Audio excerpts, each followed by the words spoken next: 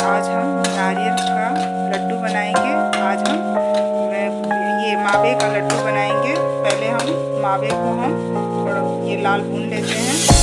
1 कटोरी नारियल पाउडर लिया है।